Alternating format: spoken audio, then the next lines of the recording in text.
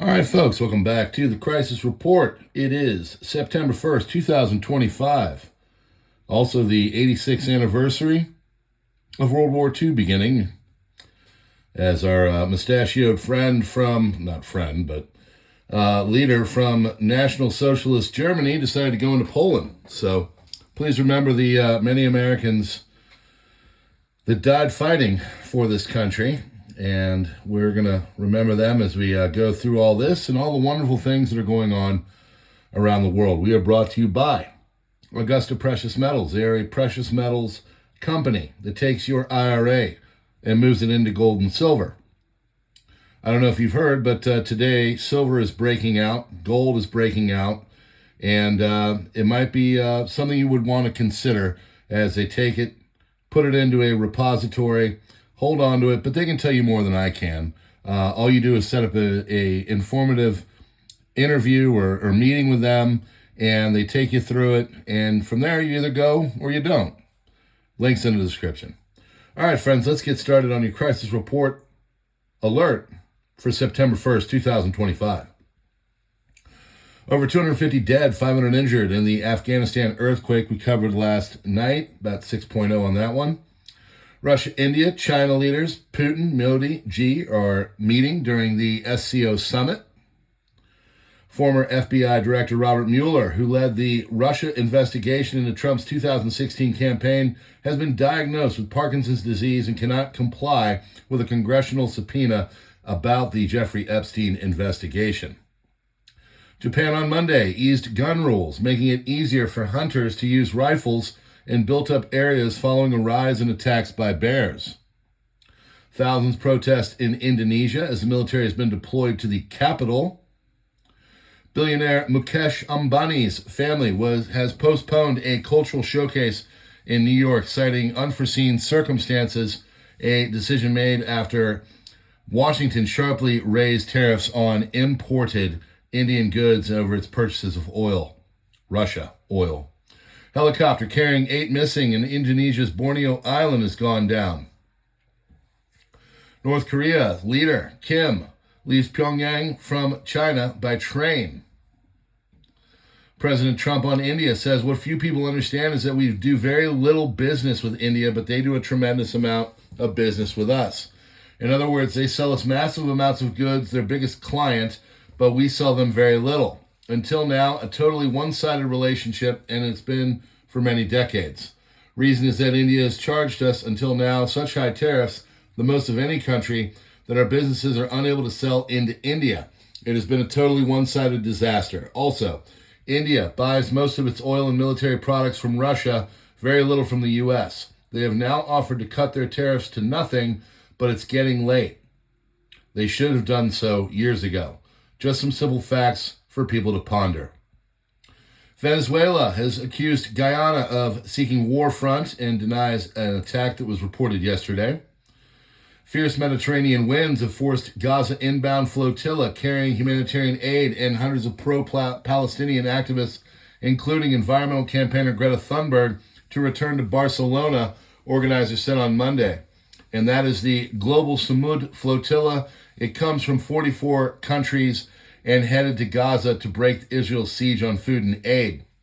Largest civilian convoy since 2023, consisting of over 20 boats, 300 activists in 44 countries, departed from Barcelona, Spain. All of them are carrying food, water, medical aid to help the Palestinians, who many consider to be starving in Gaza.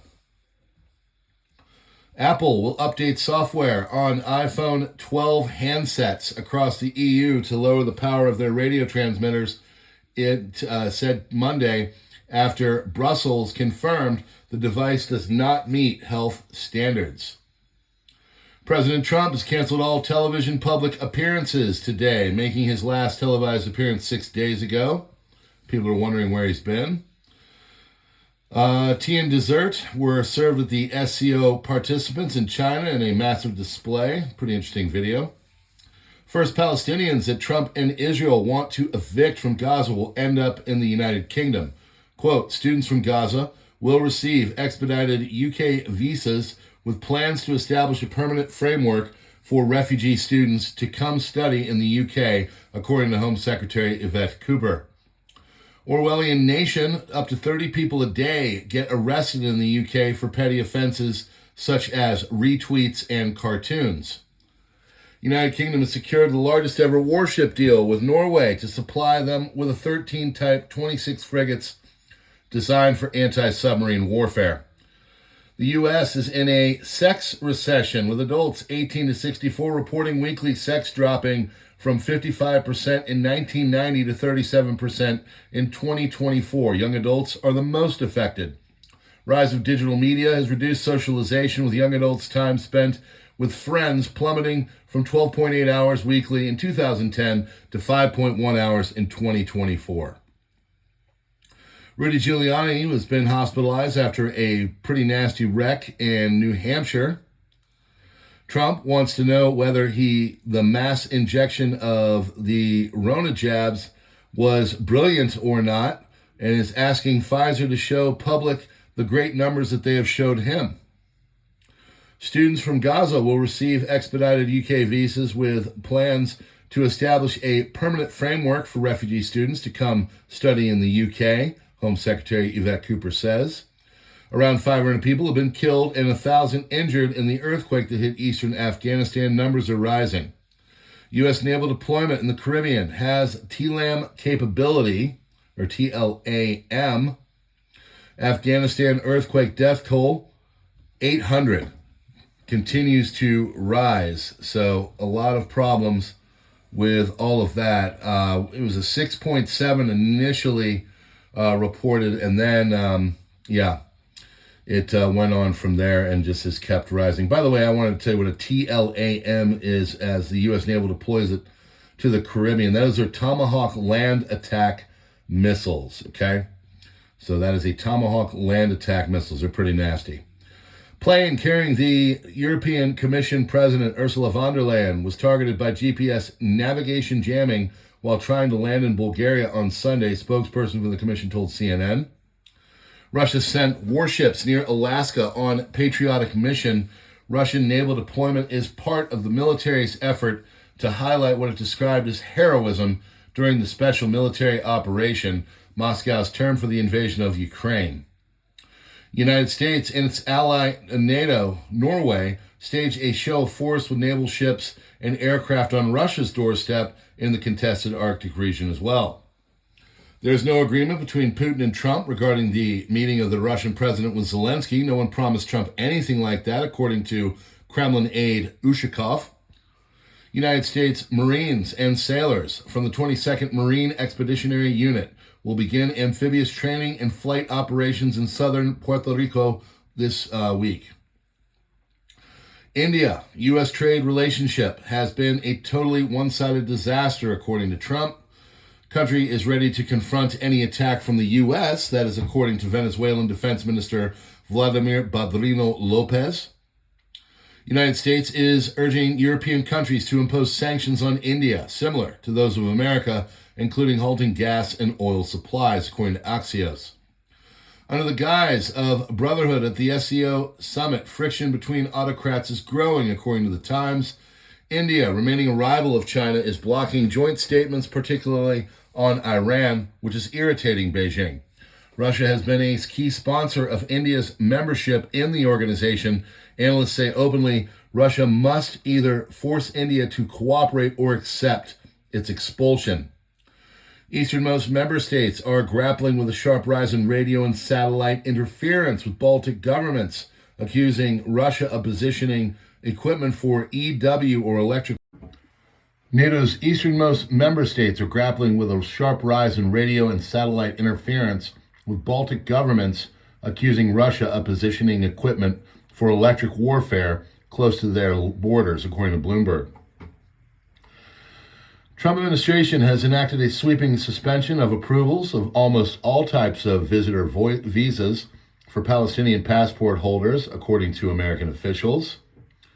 And the world's biggest academic association of G-side scholars has passed a resolution saying the legal criteria has been met to establish Israel as committing G-side in Gaza, the president said on Monday. 86% of those who voted amongst the 500-member International Association of G-Side Scholars backed the resolution declaring Israel's policies and actions in Gaza had met the legal definition set out in Article 2 of the 1948 UN Convention on G-Side. Initial reports of at least 2 explosions in Aleppo, Syria. Ukraine is using new Flamingo missiles for the first time, according to a report. And these are your Normie News headlines for Monday, September 1st, 2025. Gold, silver are soaring as Fed rate cuts bet grows. Precious metals surge. Gold reached a 4-month high, likely due to dovish Fed signals from Mary Daly, while silver climbed above $40 per ounce for the first time since 2011. A weakened dollar following a court ruling that deemed many of Trump's tariffs illegal added fuel to the rally. Asian markets have dipped ahead of the U.S. jobs data. Asian indices slid with tech stocks under pressure. Investors awaited the U.S. August payrolls report, expected to show modest job gains and higher unemployment, key for the Fed's rate policy outlook. U.S. observes Labor Day holiday. Banks, stock exchanges, governments, offices, and postal services are all closed across the U.S. in observance of Labor Day, though many retailers and grocery stores remain open and with adjusted hours and promotions. Oil prices have held steady amid rising output. They remain stable despite heightened Russia-Ukraine tensions, disrupting supply, increased production from other producers, balancing the market. Brent crude around $67 and WTI near $63.7 per barrel. No stimulus check approval for September yet. Speculation continues, but as of August 31st, no official confirmation or legislation authorizing a 4th round of stimulus payments to the U.S., according to the Economic Times. European markets steady, but bonds are under pressure. European stocks ticked modestly higher with long-term bond yields climbing. Market attention is firming on upcoming U.S. economic data that could influence Fed rate decisions. U.S. dollar has dipped ahead of a key labor market report. The dollar softened against major currencies, including the yen, as markets priced in an 88% chance of a 25 basis point Fed rate cut. Lingering political uncertainty and legal challenges continue to weigh on international sentiment. And that, my friends, is your Normie News headlines and your crisis report alert for September 1st, 2025, on this anniversary of World War II becoming a global phenomenon. Friends, please hit the like button, do the subscribe thing, darken up the bell, everything else. We need all the help you can get. We are under pressure on this platform because they don't like what we have to say, because we do it in the way that we do it, and that's telling you the truth and all things going on in the world in a very fast way, so you know everything ahead of time, and we generally tend to get it before everybody else.